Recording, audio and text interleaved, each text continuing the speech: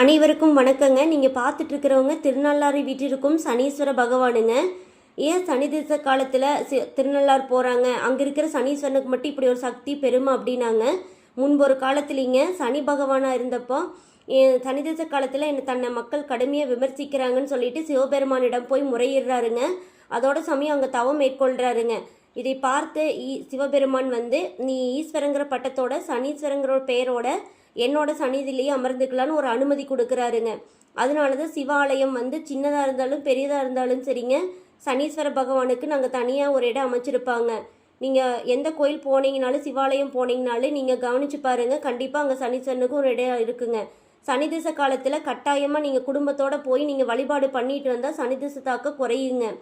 அது கண்டிப்பாக வரலாறுங்க, நம்பிக்கைங்க, பல பேர்த்தோட நம்பிக்கைங்க. உங்கள் குடும்பத்தில் யாருக்கு சனிதசை நடந்தாலும் நீங்கள் போயிட்டுங்க, அங்கே திருநள்ளாறு போயிட்டுங்க, நலன் குளத்தில் நீராடிட்டுங்க, சனீஸ்வரனை வழிபாடு செஞ்சுட்டுங்க. அங்கே இருக்கிற பெரியவங்களுக்கு ரொம்பவுமே உதவி தேவைப்படுறவங்களுக்கு, ஒரு இடத்துல இன்னொரு இடத்துக்கு கூட போக முடியாமல் இருக்கிறவங்களுக்காக நீங்கள் ஒரு 3 பேர் 5 பேர் 7 பேர்னு உங்கள் சக்திக்கு தகுந்த மாதிரி நீங்கள் போய் ஒரு அன்னதானம் மாதிரி கொடுத்துட்டு வந்தீங்கன்னா கண்டிப்பாக அதில் மனம் குளிர்ந்து சனீஸ்வரன் உங்களுக்கு நிறைய நன்மைகளை ஏற்படுத்துவாருங்க. அவர் பார்த்து கொடுத்தா தடுக்க யாருனாலையும் முடியாது, சனீஸ்வரன் பார்த்து கொடுத்தா தடுக்கிறதுக்கு யாருனாலையும் முடியாதுன்னு சொல்லுவாங்க. அதே சமயம் அவர் நீதிமானுங்க. தப்பு பண்ணுறவங்க பொய் சொல்கிறவங்களை கண்டு அவருக்கு சுத்தமாக பிடிக்காதுங்க. நீங்கள் அவருக்கு உண்மையாகவுமே அவருக்கு அவர் சம்மந்தப்பட்ட உதவி தேவைப்படுறவங்களுக்கு பண்ணிங்கன்னா அவர் பார்த்து கொடுத்தா தடுக்க யாராலையும் முடியாது. நன்றி, வணக்கங்க.